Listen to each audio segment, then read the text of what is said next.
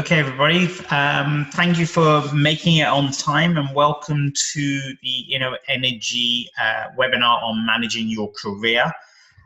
For those of you who haven't met me already, or you should have by now, my name's Ketan Makwana. I'm from Enterprise Lab, the providers of the coaching program. Today we've got a couple of guests coming onto the program as well. So we have Ileana Liska, who's a former Energy alumni, who's going to be coming in talking a little bit about her experiences on managing her career at the first 100 days. We've got Hannah Courtney Bennett, one of our coaches, who runs a company that's all about talent and careers, who will be giving some expert insights around how to manage your career. Nathan Ott from the GC Index. We had to have the GC Index in the house as well. Pretty much going to be talking around impact passports and stuff like this. This whole session is being recorded. So for those of you who haven't made the webinar, shame on you. And you're probably watching this back on record. If there are any questions that you have after watching this, by all means get in touch with us through the standard email channels, student@enterpriselab.co.uk. So let's get kind of underway. I'm going to make sure this works properly. The first thing that I want to confirm to you all is that the Energy Game Changing Impact Program is brought to you by the Energy Career Centre in association with the GC Index and Enterprise Lab.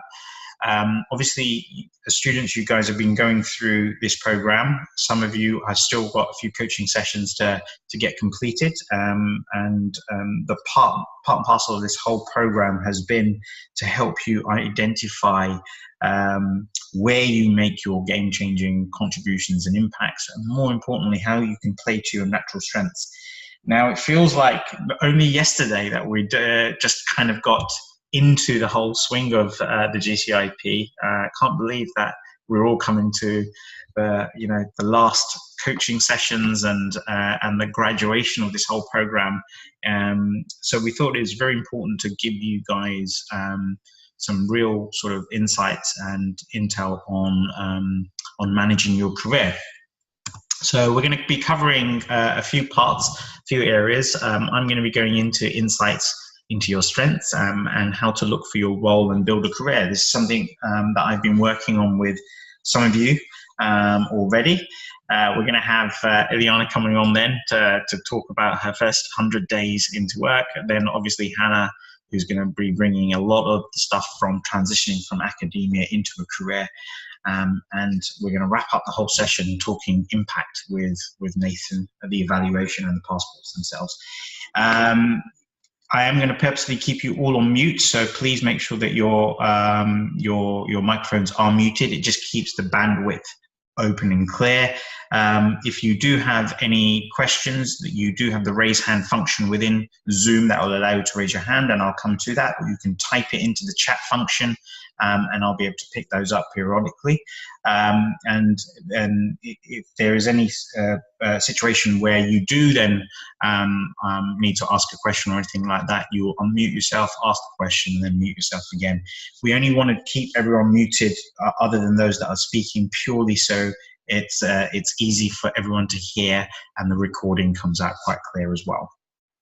So I'm going to start off talking a little bit about insights. The GC Index has been a pivotal tool and within the nucleus of everything that we've been doing within the Game Changing Impact Program. As you all know, you took the GC Index back when you first applied for your master program. We used it as a part of your onboarding consultation. It's going to be very, very consistent throughout the whole program, even coming to fruition. But what is it about the GC Index which is really important to you at this stage? I mean, it's one thing understanding your proclivities and understanding where your energies and tendencies go to. The other side of this is really to understand how and where you play to your natural strengths.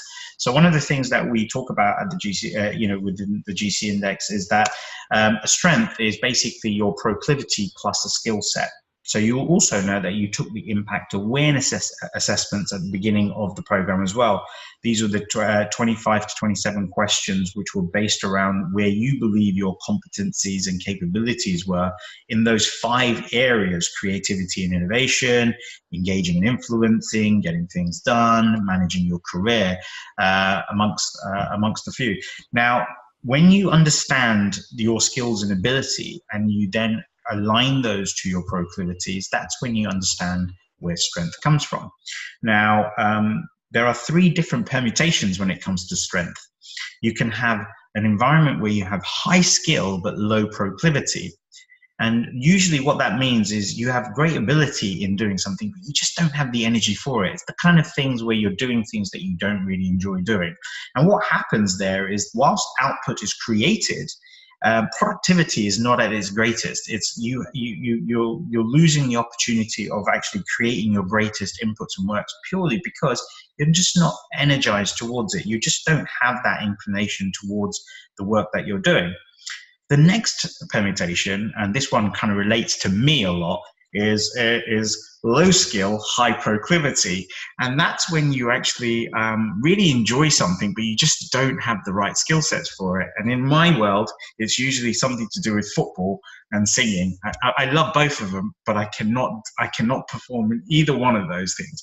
And what tends to happen is all the effort in the world goes into the work that you do, but the result isn't a reflection of the impact that can be drawn from that purely because you just don't have the skill set for it. What you're really looking for is you're looking for a combination of high skill, high proclivity, and that's the third proclivity, what we're talking about here. So it's kind of understanding where do you have high proclivity within your GC index, what kind of proclivities are really where your greatest kind of inputs and contributions come from, and then marrying the skills that you have with that there. Because when you are in an environment of high skill, high proclivity, what happens is you're working on things that you're really good at, that you enjoy, and that's when things become effortless. That's when results or contributions become, at their all-time great. That's when impact is delivered, and this is really important to understand.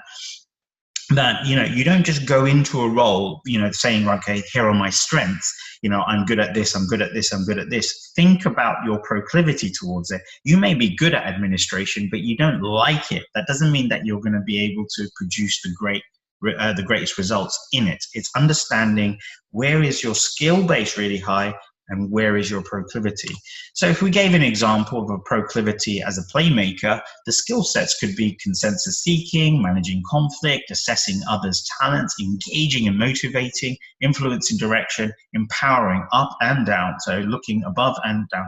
That's what your strengths go. So when you're in an interview situation, or if you're talking to a potential employer, you're not going on saying, I'm articulate and I'm diligent. You're talking about the fact that actually you understand how to manage conflict. You have the ability to be conscious of the environment around you, that you can engage and motivate people. There are different things when you're looking at engaging and influencing. Engaging is very much getting people onto the same wavelength as you. Influence is really getting them to do things the way you do them or want them to do them. And you see the whole process of strengths kind of goes from in many different areas. So if you took the GC index, we're not looking at the playmaker per se right now, but think about the other proclivities. And really, where are your skill bases? You could have, as a strategist, if you're a high proclivity and strategist, your skills are in planning, strategizing, developing processes. You could be very analytic driven. And now these are the skills within the proclivity, but it's the proclivity that draws your ability to actually deliver results in there. If you remember those 3 permutations: high skill, low proclivity, low skill, high proclivity, and high proclivity, low and high skill. It's what you're aiming for is the high and high, because that's where you're going to create your greatest contributions. You're going to create the greatest impacts, and you're going to be able to drive the results that are expected within the roles that you're looking to do.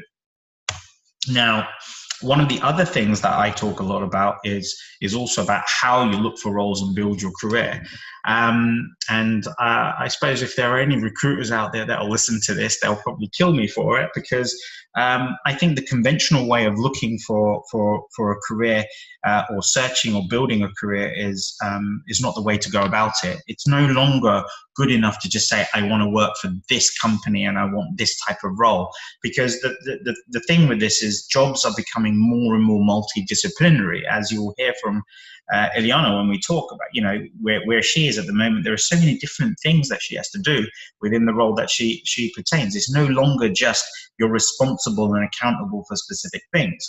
You've got to have multiple levels of skill and experience in so many different things. So the situation becomes is that, again, if you're driven by the vanity of a company and you aspire to just work for an organization, you could end up in a job rather than a career, because what happens is you get there, you get to the business, the very organization you work for, but the culture is not that kind of there, the fit doesn't feel right. Or you kind of, I always want to be this particular type of role, and you get that job, and then all of a sudden it's like, I don't think it's out like the way I thought it was going to be. It didn't work out, or I don't feel like this is the thing that I want to do. And what happens is when you land into jobs, you become very, very much more, it becomes very sticky. It becomes very hard for you to kind of move, because all of a sudden you're between a rock and a hard place where you start to think, well, will I get another role? How long will it take me? I need money, all these kind of different things. So I think a little bit of pre-planning ahead on how you manage your career and build your career comes around these kind of these points. So the first thing that I normally advise people on is you want to approach your role or opportunity through a thorough understanding of the following. Number one is values. What's important to you? Forget the company, forget the organization, forget the industry, just for 1 minute. What is important to you?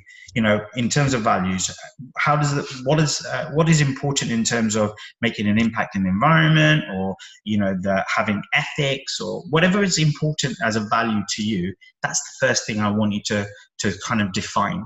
The next thing is, what's the environment that you believe you thrive in? So think about the environment, not just, oh, it's nice and it's everyone talks and gets on with one another. Do you like autonomous environments where you're left alone to get on with things? Do you need that kind of space? Do you want to be recognized for what you're doing? Do you want to be rewarded? Build the culture and the environment that you thrive in. Describe it, build it out.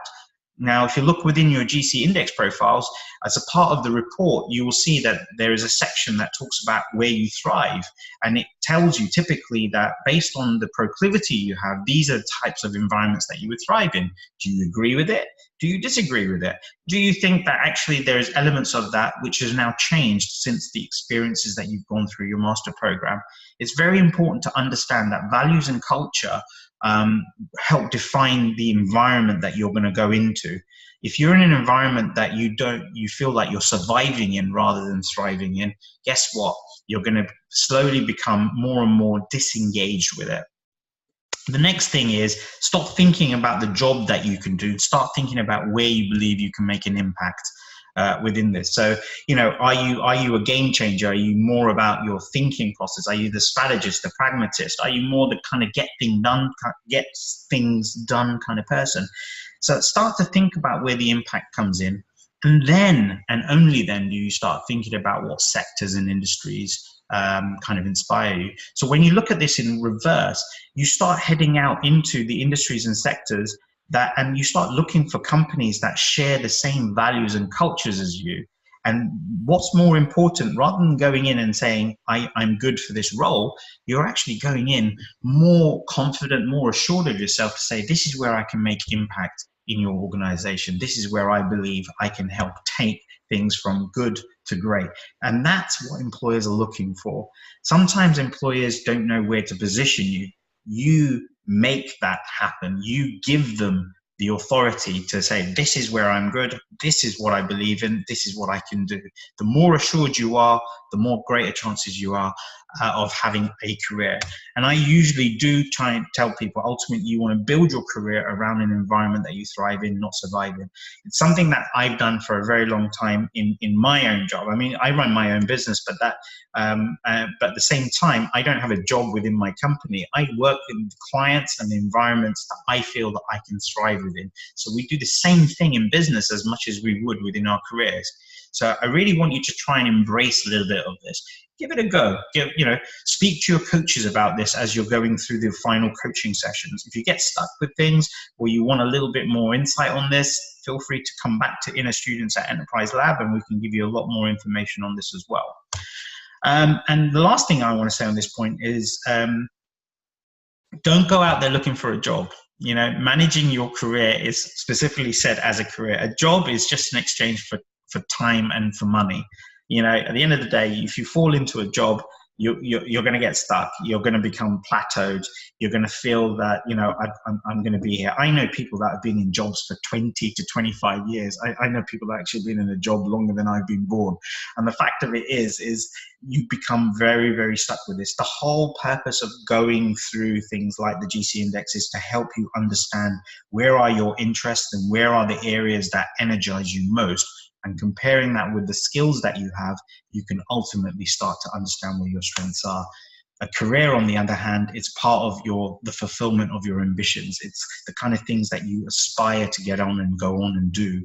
And that's the most important differentiation between the job and your career. You're building a career, you're building things that you're going to go on and feel is fulfillment in your ambition. So I know that last bit kind of sounds a little bit airy-fairy and a little bit soft, but it's important that you value where you're going into. It's important that you understand that you're breaking into the steps into a career.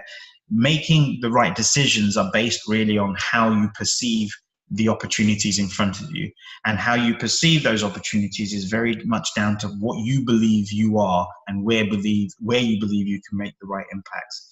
So for me, there are things that you guys can go off and practice and look at your skill sets, look at your proclivities, match them up, look for the highs and highs, start to ask these kind of questions to yourself about what's important to you, the environment you thrive in, where do you believe you make your greatest impacts, and kind of what sectors and industries inspire you more than anything else. Just because you study something doesn't mean that you have to go in there. The amount of students like yourselves that I've spoken to over the coming months, especially this new intake, where people are like, even though I'm studying nuclear, I want to get into renewables, or people that are in sustainable technologies are thinking about going out and doing something in the arts and then coming back. So what? It's great. It's great to have that kind of mix and match to go through. Make sure that when you're looking at your opportunities, you're going to something that inspires you rather than something that you think is just relevant for you. So I'm going to stop gassing on about all of this kind of stuff right now.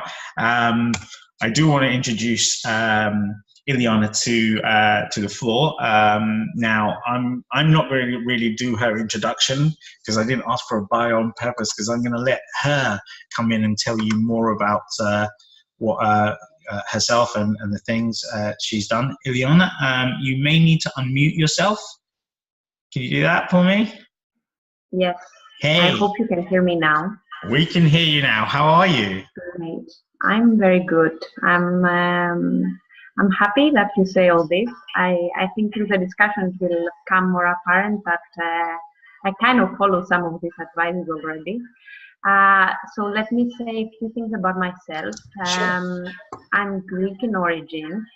I studied the select program of InnoEnergy, so I did my master's. Actually, I studied physics as a bachelor degree, and then I did my master's, select master's. Mm-hmm. So I was given great opportunities there to explore a lot of different stuff, as I believe most of the students that are participating today.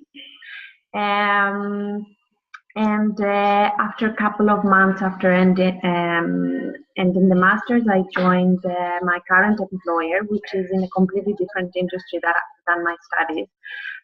It's actually Procter & Gamble in the FMCG sector. So I'm a bit falling on some of the things I've already mentioned. That would be it. Let's say for now. Now I'm currently living actually in Romania. I moved around, quite international fellow here, through the study program, and then I moved back to Athens, and through the company I moved now in Romania. So I'm around 2.5 years, and I will be relocating again very, very soon. That's about it. Yeah, that's for brilliant. now, but I think through the discussions you will hear more. Yeah, no, absolutely. I think it's fascinating that, you know, I mean, and obviously, guys out there, if any of you are listening and you have any questions for Ileana, prepare them, put them onto the chat. I will ask them to Ileana what during this session, by all means. So feel free to, don't just raise your hands, put the question across, and I will on the chat function, and I'll ask them directly to Ileana. But let's go back to this. You know, you're a product of the Inno Energy Master Program. You know, you've come through the motions. Some of these students, you know, are now following into these kind of footsteps. They get to this kind of period now whereby, you know, they're finishing their masters. It's the what happens next type of theory. What did you do? Well, you know, I mean, I know you've come out of the standard part of the industry and you've gone into FMCG and stuff like this. But what is it that you did primarily as you were coming towards the fruition of your master? Did you start applying for jobs? Were you doing networking? How did you start manifesting the opportunity? Yeah. I was actually studying my second year in the Netherlands, and I decided that I'm not going to stress myself too much from the right beginning, because I knew that it's going to be a very stressful process overall. So I decided to actually take a small gap of 2 to 3 months before applying to jobs and travel a bit. And it was a perfect timing to do that, because afterwards you're not really given so easily the chances. After that, around 2 to 3 months after I started applying for jobs, it was the most stressful period of my life, but also very, very rewarding, because you're actually in the process of like thinking all these kind of questions. Okay, what exactly what you said before, like what are my values, what I want to prioritize. So back then I moved back to Greece. After moving to the Netherlands, I moved back to Greece, and I said, like, this is what I want to prioritize, staying a little bit longer in Greece. I started working actually in the energy sector in Greece for a brief time, and I realized that actually even though I was in the sector that I studied and I really, really liked to be in, I was not, let me refer back to your presentation, maybe not using the right skill sets and not being in an environment that I was thriving in. And I was continuing actually to apply, even though I was in the sector. I was continuing to apply for more jobs, and this is how I ended up in my current employer. So it's interesting. So you mentioned, and I'm going to pick up on these words, stressful time.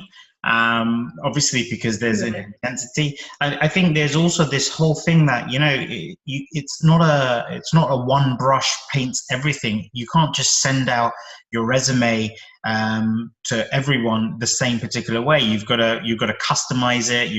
There's a lot of work that goes into preparing for even just the communication to these companies.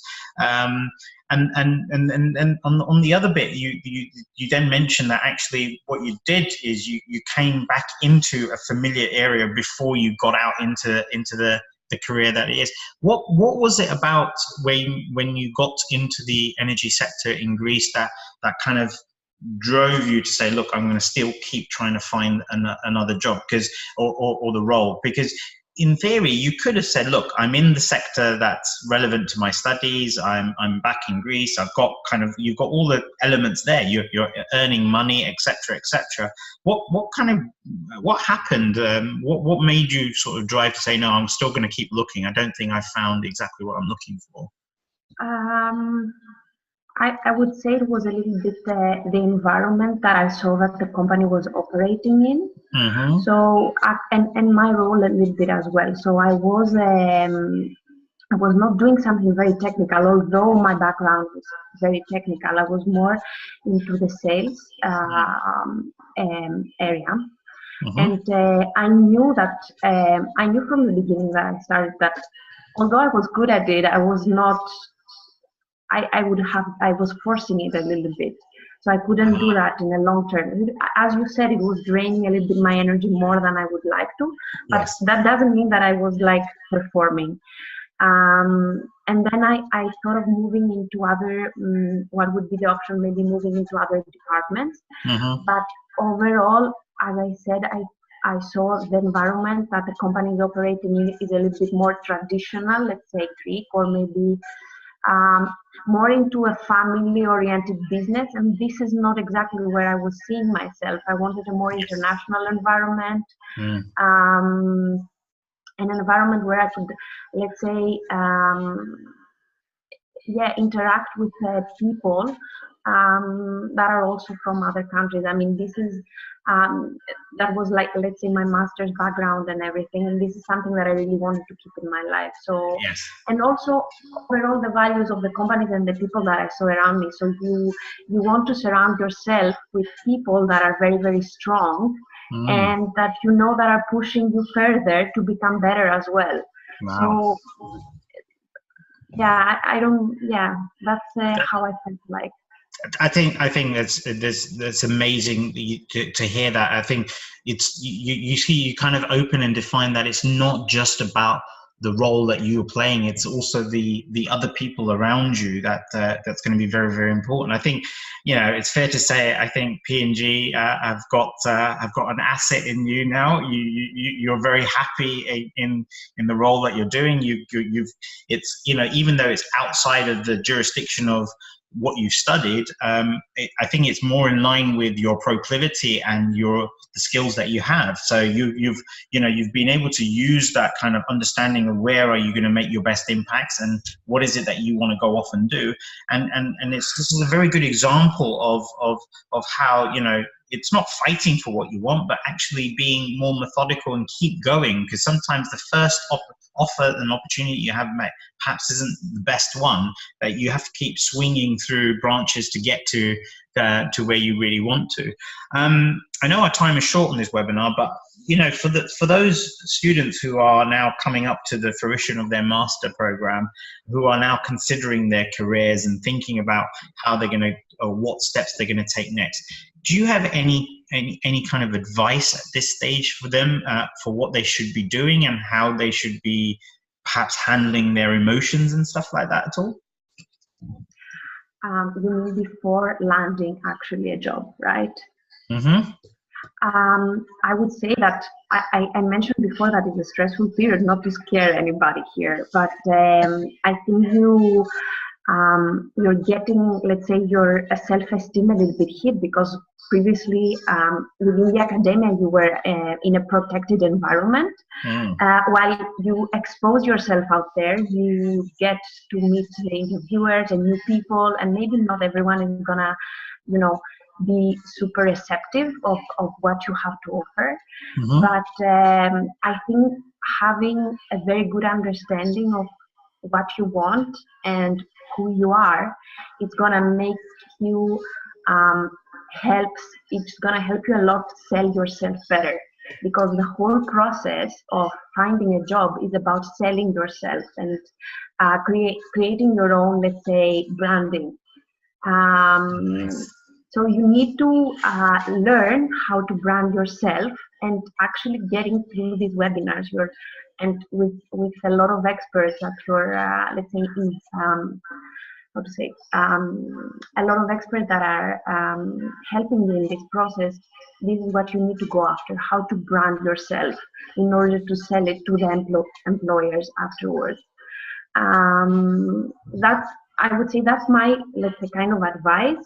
And the other thing is, don't let your self-esteem and your dreams fall apart by maybe one interview that doesn't go well, because there's going to be a lot of them out there. No matter where you're coming from, or no matter where you want to go. And as for me, or as for other people that are, I'm actually in contact with a lot of my colleagues from the masters. Not everyone found the right thing the first time. So okay. some of them like had to jump, let's say in a short time after the masters, do jobs to land where they wanted to be. That's great. Yeah. That's great advice there. No, I love that. I love the fact that you're talking about the branding yourself. And I think, guys, if you're listening out there, with the work that you still got to do with your coaches, start thinking about, I mean, obviously Nathan's coming on in a little while to talk about impact passports, and that's a part of the branding that's going to go with you. But what is your identity? What is your visibility?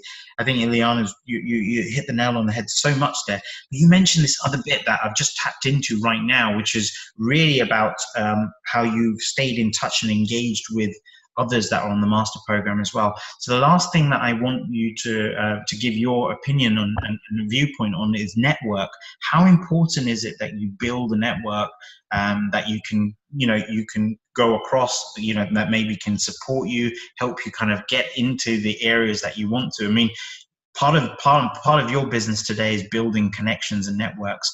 How important is it for students at this stage to be, as they're managing their kind of career or trying to get into the first 100 days of their career, that they're building their network as well? I think it's very, very important, first of all, to give you the visibility of what is actually there. You might have an understanding and a perception of what, I don't know, being an energy consultant means. But through the networks, through the alumni networks, but also with the people that you meet daily, you can actually understand what practically this means, and that will help you understand much more if you see yourself in there.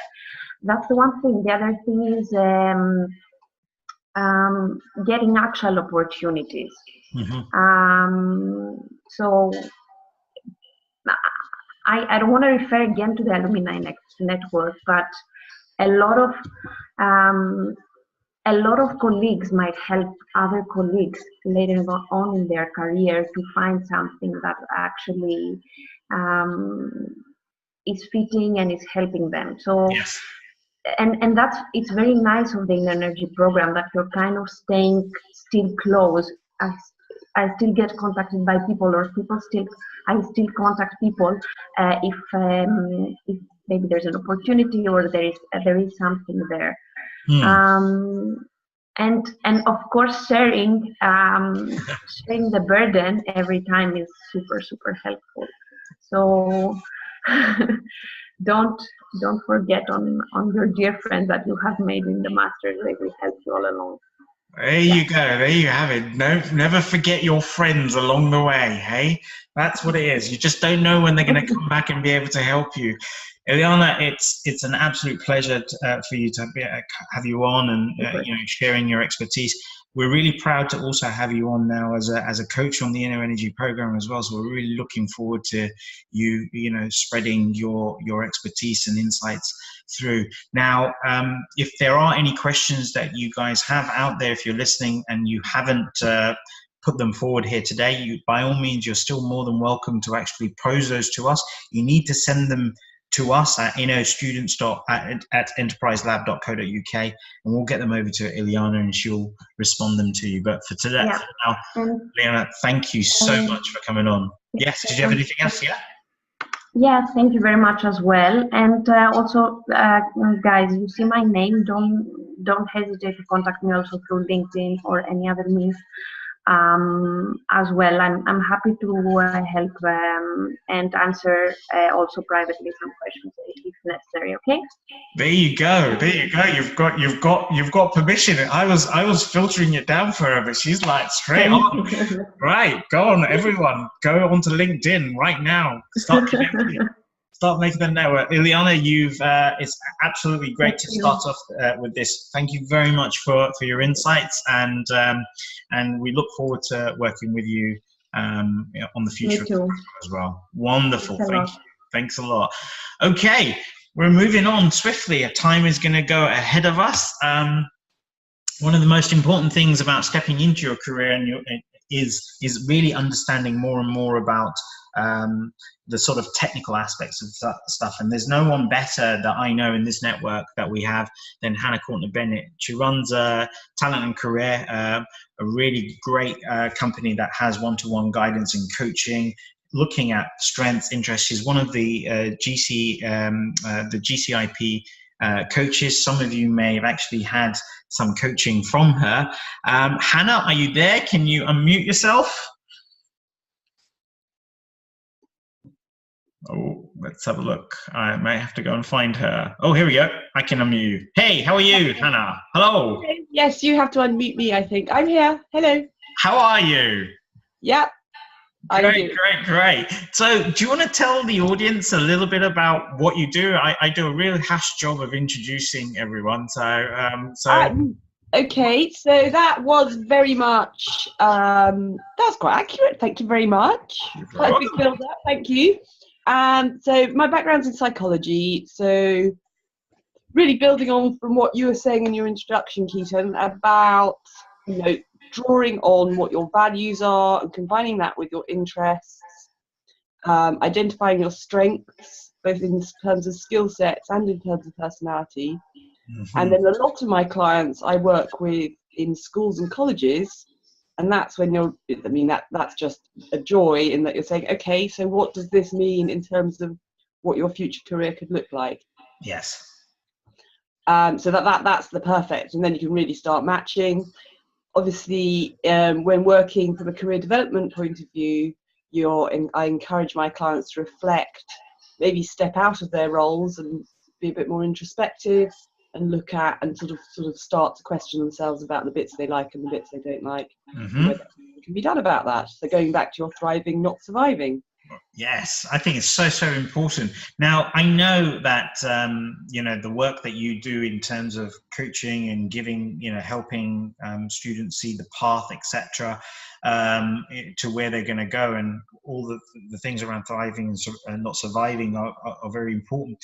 But what is your take on the kind of conventional approach? I think we're very used to having careers advice given to us when we're in education. We're saying, right, okay, you've got to find a sector, find a role, find a job, find a company, all these kind of things. How important is it that people do kind of really understand where is it that they want to go, what is it that they want to do, where is it they feel their impact? And it's a double-edged question, because I know we haven't got a lot of time, is how important is it something like they have something like the GC Index in hand to help them sort of really create a visualization of that as well? So what's your take currently on the way in which careers advice and services are offered, and how important do you think and valuable is the GC Index? Okay, well, to me, and there are a number of different models of careers advice, careers guidance that they put importance and credence in different things, and you could just go, okay, there's a factory down the road and that's where my father worked, or if you're very agricultural, you could go, there's a farm up the road, and that's all about opportunities. But if you're not a match, if that's not what you want to do, you're very unlikely to be happy. Obviously, they were very simplistic examples. Very unlucky to be happy like that. Yes. The key thing, whatever stage you're at in your career, and I think we're getting better at this, but I still don't think we do enough of it, is develop your own self-awareness. That is so important. You can't begin to match yourself to the right role or the right environment unless you have good self-awareness. And tools like the GC Index offer exactly that. And what is it clearly about? I mean, this whole part of the webinar is really about stepping into the career, and I think self-awareness is one of the biggest elements. I mean, Ileana talked very much about how she wasn't very comfortable in her initial role, and she felt it's not where she wanted to go, and stuff like this. That's a bit of there's a bit of self-awareness that comes into this. But if we were to define it for the students that are listening to this now, what does self-awareness really mean, and what is it that they should be picking up about self-awareness? Okay, so particularly in the context of stepping into a new role, Everyone's different. Everyone in this audience, they've done their GC index, they've got an awareness of their proclivities. Yeah. They will know the things they're good at and the things they're less good at. When you're stepping, going back to the context of your first 100 days. Yes. And going back to, and I think this is all about it, going back to the networking or the being aware of opportunities or being curious. With the self-awareness that the GC index offers you, you know the things that you are less good at. And in the context of a new role, things like networking and putting yourself out there are really important. And if it's pointed out to you before you step into that role, yes, that's not a strength and that's the kind of thing that you might avoid, that you've then got the ammo, if you like, the ammunition to think, right, I know I'm not good at this, or I'm less good at this, so I've got to really watch myself and make sure this still happens. Yes. I know at this point it's really important. So you're aware, and it might not be important throughout your career, but if we're talking the first 100 days, it's really important. Yeah. So you then have to manage yourself and go, yeah, I am going to go to all those induction sessions. I'm going to go to Happy Drinks Friday. I'm going to volunteer to be the coffee monitor. All those things, even if you don't want to do it. And it's interesting because obviously the first 100 days of any kind of career is almost like the honeymoon period of a marriage, right? I think you're still full of enthusiasm and motivation and excitement and all these kind of things, and especially if you're in and around the kind of role and the career that you wanted. I think what you mentioned here about getting involved, getting engaged, getting under the skin of things is really valuable in the fact that it will tell you more about what the future looks like within this. Within the career that you've kind of chosen. If you have a situation though, like a little bit like Ileana kind of mentioned, that you've kind of have to make one or two sort of jumps, you've got to go into something, move on to something else, move on. What is it, if you've got telltale signs that something isn't quite right, what kind of advice do you have for the students of how they start to make those maneuvers to enable them to be able to effectively jump to the next opportunity? What's the kind of things that should they be taking into consideration and actually doing? Well, if hopefully, I would say, there's a bit of a how long is a piece of string type question. Yeah. But, provided they've established the right relationships or good, healthy relationships with those around them, and they've be curious, gather the information. If you go and if you can't find out the right information, go and be curious and find out, and then continue to embrace change. Don't be afraid of transitioning. And I think, as Ileana said, and it's something I say certainly to students, is if you snooze, you lose. Yeah. Don't do nothing. Don't do nothing. I think that's some of the best advice there. Snooze, you lose. I think absolutely. I think nothing can change unless you take some form of action at the end of the day. I think that for sure. Again, just tapping on to one of the things that I've said to, I asked Ileana, and again, I kind of reference this back to you again, when you're kind of stepping into a career, you're managing your kind of first expectations into your career, how important and how valuable are networks and networking, and what advice would you give to any of the students out there about how they should effectively network to seek opportunities? I think it's recognizing that network comes in all different shapes and sizes.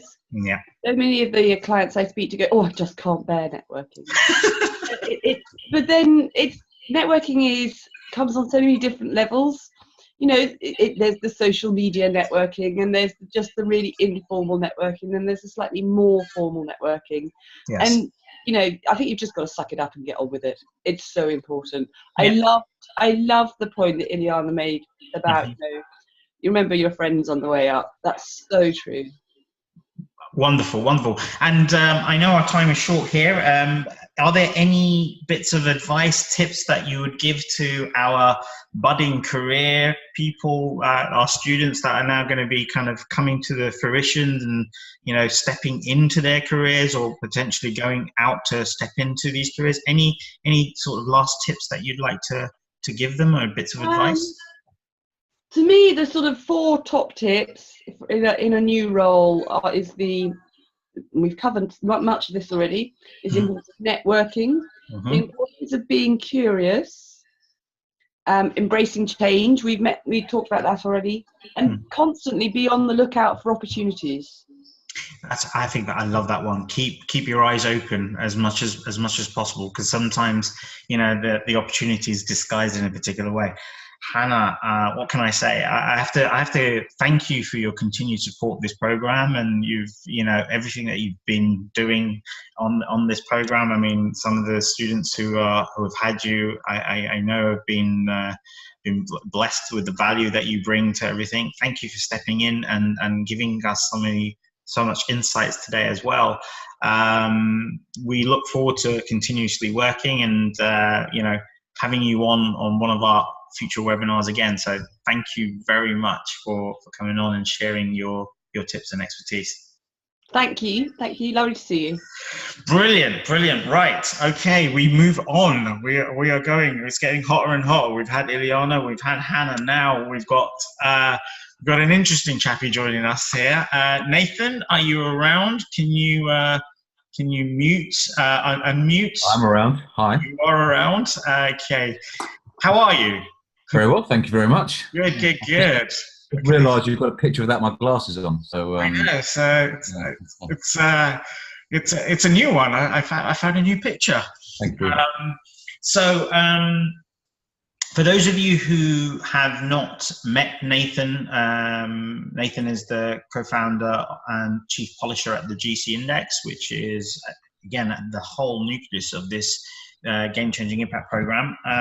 Nathan, do you want to share a little bit about the great stuff that the GC Index has been doing through the GCIP and the GCIC and stuff like that?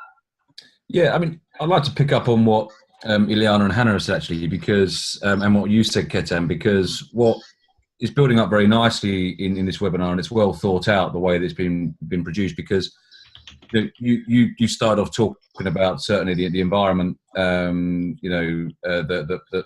people are going to go into from in their working environment, how they need to sort of thrive and not just survive, and then you move into Ileana, which is around getting the best out of others and networking. But the bit that pointed up to me was that bit about self-confidence. You know, managing your career really will hit that self-confidence bit.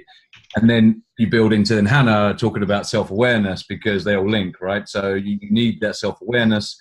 Once you're self-aware, you can be confident, and then you can be confident in the right environment. So I love the way that it's all been constructed. And that's really what underpins what we do with the GC Index. Yeah, it is absolutely about self-awareness and self-confidence and getting yourself in the right environment where you do thrive. Everybody has an impact to make, absolutely everybody in this world.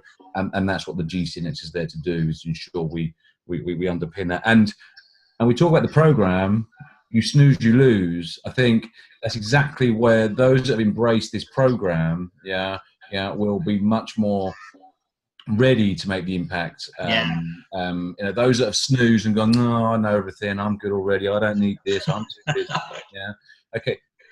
Very, very. What Inno Energy Career Centre are providing is in itself game changing. And we've seen the results when we do the game changing impact challenges. We see the results of those that have embraced it and haven't snoozed and embraced everything.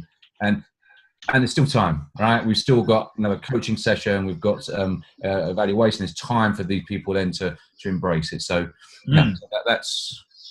I'm very excited by this webinar. I think it's been well put together. Well done. Thank you. So impact evaluation, I think, obviously the students started off with impact awareness, the GC Index. We've used a lot of the kind of tooling. Now we're coming to the sort of the fruition of their programs. We've got to kick off with stuff on the impact evaluations. Do you want to give us a little bit more context on what the impact awareness tool was and what the impact evaluation will look like?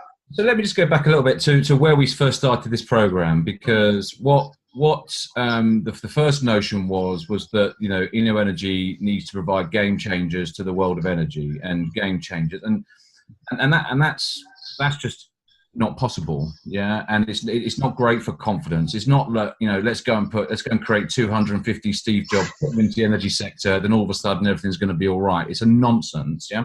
So what we're talking about is that it's not, you know, it's about everyone can make the game-changing impact, and everyone can contribute to making a game-changing impact. You know, like it's also very well having some great ideas, but unless they make business sense, you do something with them, you know, and make them brilliant, work together, nothing's going to happen. So, and that's really important, because if you're going to somebody, you know, go and be creative, that's what we want.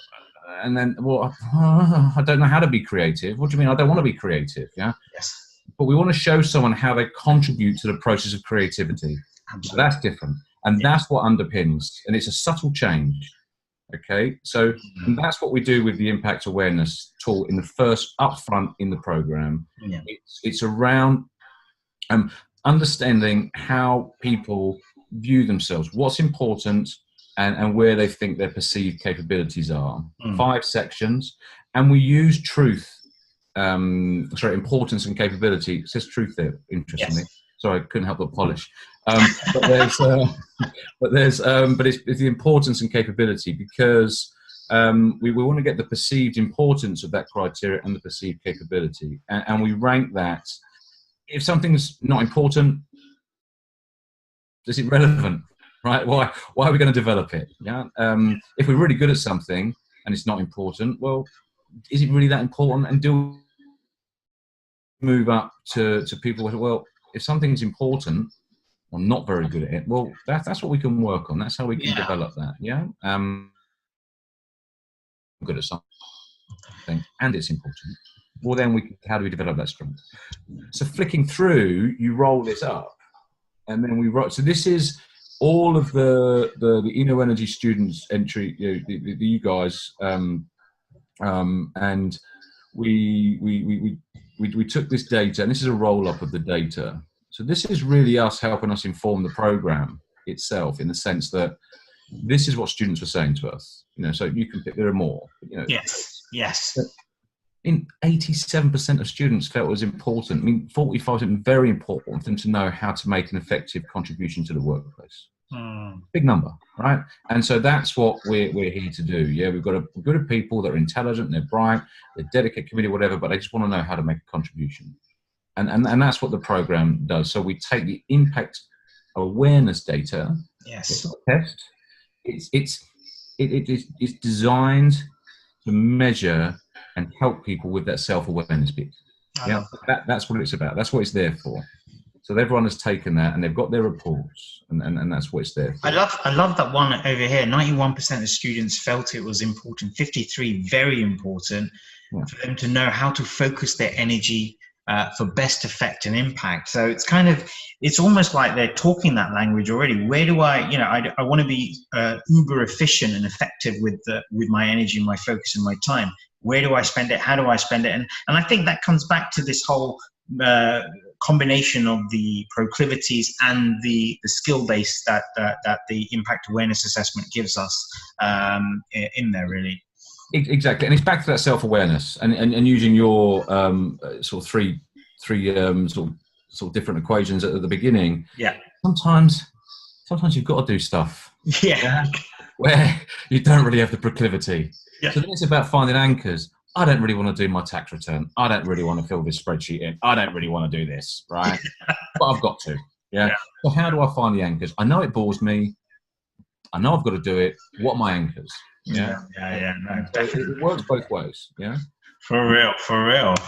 So go on. Sorry. No, I was going to say, kind of moving on to this kind of topic. You know, where are the anchors and where are the skills to develop? I mean, this is some great intel that you guys have put together for what's coming out of the group. Yeah. So this is what helps then. So what we've done here is we've taken the biggest gap between importance, yeah, and where things are really important, and we have a least perceived capability.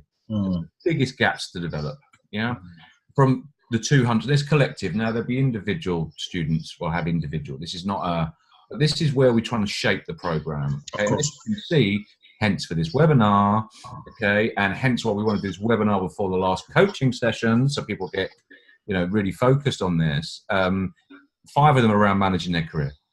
So that was always the biggest gap. It was the biggest gap between perceived capability and importance. Okay, so this is where we want the coaches working with the impact awareness profile, with the GCNX profile, with the skills that people like Hannah bring, with all that experience to really help the students start to manage their career. Yeah.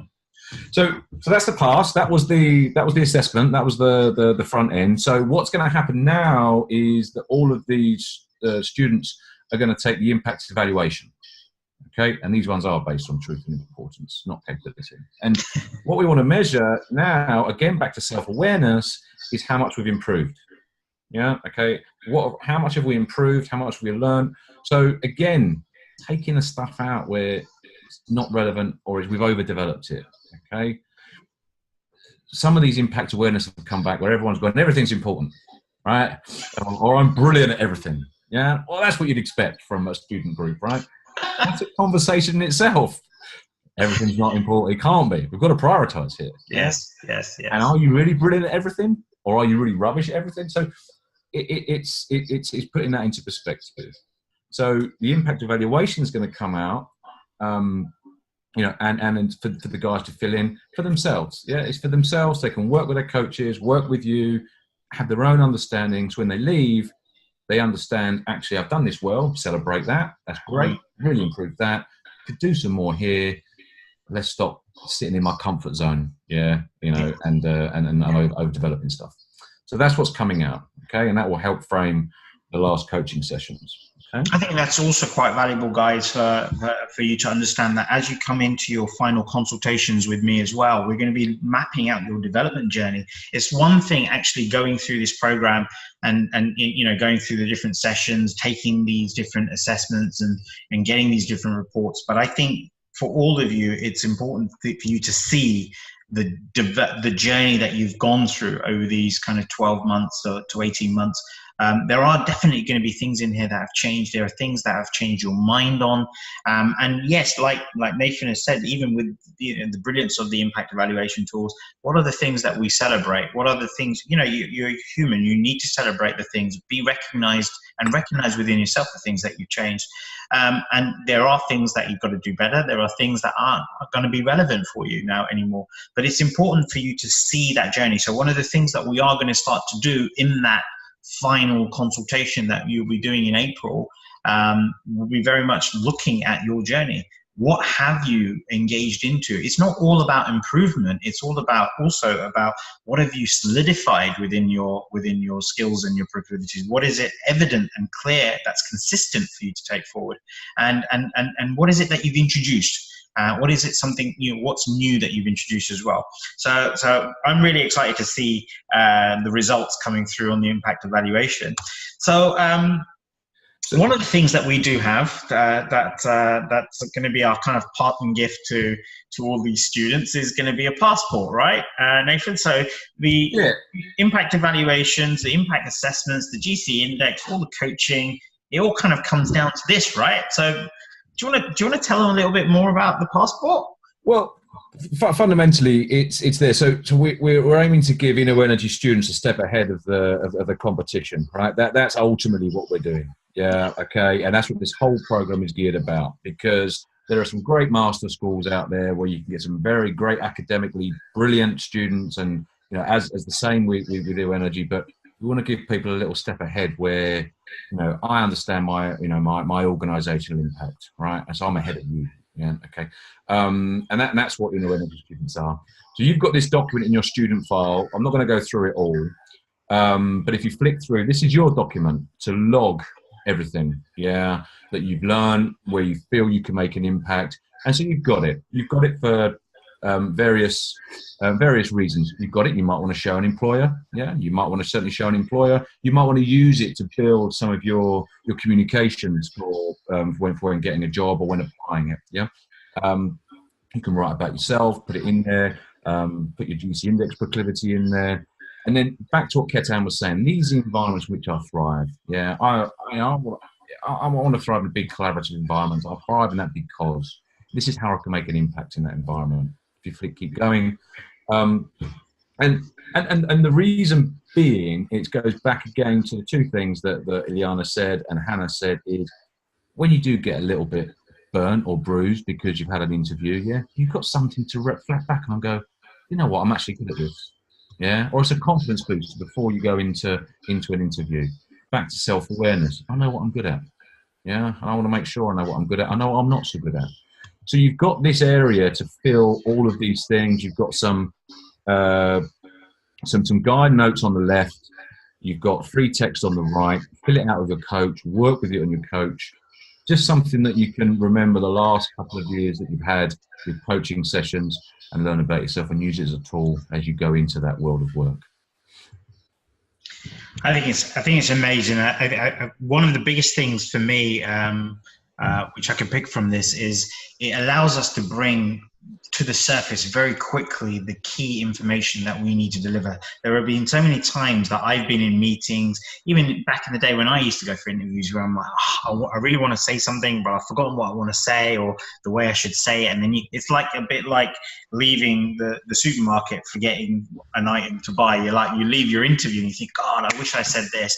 And I think what the passport brings, it brings all the key information at the right time to the surface, allowing people to really be, hitting the points, not just hard, but really, really with assurance and confidence. And I think confidence is a big thing, right? I mean, I think this is one of the most biggest things that employers look for as a part of the magnetism of someone coming in and working. Don't you think, Nathan?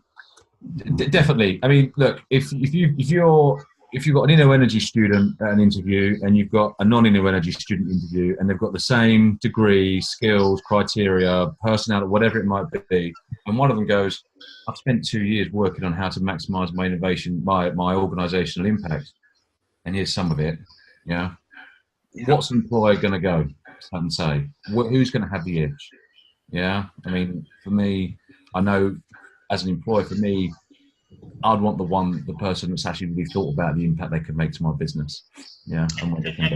And that's it, guys. This is so important. I think from what Ileana has said about, her journey and how she's gone into things, and it's, whether the impression that the organization makes versus the impression you make. Hannah's talked about self-awareness. We, over here, it's, we with the GC index and all the different tools that they're bringing into this process, giving you the visuals, the diagnostics, the key thing for you to pull out, to be able to show that you've gone the extra mile, you've gone through that consideration process, that you are actually attacking something which is important to you, means something to you, and you know that you can make an impact in, makes you almost 10 steps ahead of the competition out there. We know that the world is changing. We know that there are more and more people coming into the labor workforce. I mean, there's 1 billion new people coming into the workforce in the next sort of 6 to 7 years. So, the developing economies are pushing more and more labor into the market. Spaces are becoming more competitive.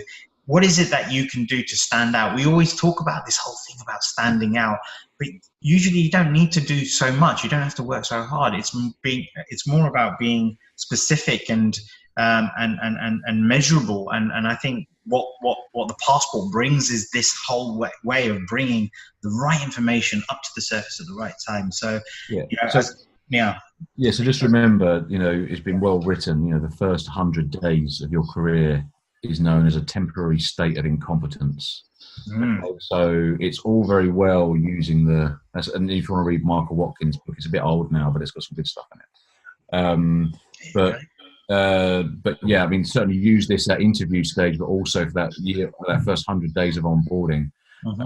Then that temporary state of incompetence we're trying to mitigate through coaches like Hannah, through the program, through the passport, and through some structured, very structured coaching based on your needs. So, all right, everyone, best of luck. Right, before we go, we do have a question from Kate to everyone here, saying to whoever wants to answer it from the speakers. So it's open to you, Nathan, Ileana, if you're still here with us, and Hannah as well. Also, what do you think is the right time to start looking for a job? Let's say for people who that will graduate around September or October. If we see a good opportunity now, but we know that we can't start with that job right now, should we start and apply anyway? So I guess the question is really based around when is it the right time to start looking? And even if you are looking at an opportunity that you technically can't secure, because you're still going to be studying, should you be applying for it? Any tips or advice there? I think this is Ileana's expertise because she's been through it, or Hannah. I can try. Yeah. So I'm going to put myself on mute. Yeah, I'm not sure everyone will reply the same to this. I think it's a bit subjective, but my opinion is the following. I think it's a little bit cultural. So if you apply in the UK now, it's perfect because you will start in September, October. But if you apply in Greece, no way, because they're more short-term oriented. So it's a bit cultural. It depends what you're looking at. But independently of that, I would say apply because you also practice. Okay, so you practice. To be an interview, to be in an interview, to sell yourself, it's difficult to do it right from the first time.